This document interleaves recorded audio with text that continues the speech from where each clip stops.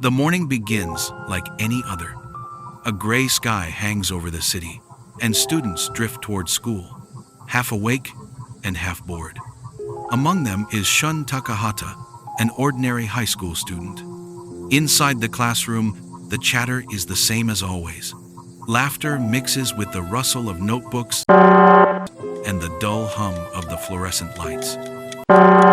Shun stares out the window, wondering what it means to live a boring life. The teacher enters the room. He begins to write on the board. Then suddenly, his head explodes. Blood sprays across the whiteboard and the front row of desks. Gasps freeze in the air. The sound of screaming catches in everyone's throats. In place of the teacher's body stands something impossible. A wooden doll with a round red body, a wide smile, and large empty eyes. A Daruma. It sways slightly, as if alive, before speaking in a childlike voice that echoes in every corner of the room. It begins a chant words from a simple children's game. The sound is light and almost playful, but it fills the room with dread. When the chant stops, the Daruma's head twists backward with a sharp click. A moment passes.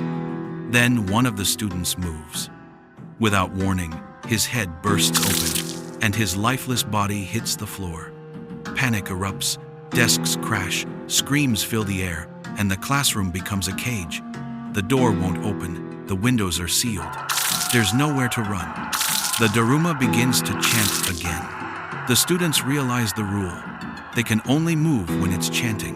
When it stops, they must freeze. It's the same as the old game. Red light, green light, but now, failure means death. At the back of the Daruma's body, a small red button gleams. Someone shouts that pressing it might end the nightmare. One by one, the students try to move forward. Some stumble in fear. Others make it a few steps before the doll's gaze turns toward them. Shun stands frozen, his heart pounding. He watches his classmates die, one after another, their bodies falling in growing piles around him. He doesn't understand why this is happening. No one does. But when the terror settles into numbness, Shun feels something shift inside him. If this is a game, there must be a way to win. He waits carefully, memorizing the rhythm of the chant. When the Daruma's head turns away, he takes small, measured steps forward. Each move feels endless. His muscles ache from tension, sweat drips down his neck, but he doesn't stop. Shun takes one final breath, waits for the chant to begin again, and lunges forward. His hand slams the button. The Daruma freezes. They fell down, and the counter stops. The Daruma then says, "The end." They celebrated and felt relief. But suddenly, his classmate's head pops. Shun was confused. Then the Daruma announces that he lives.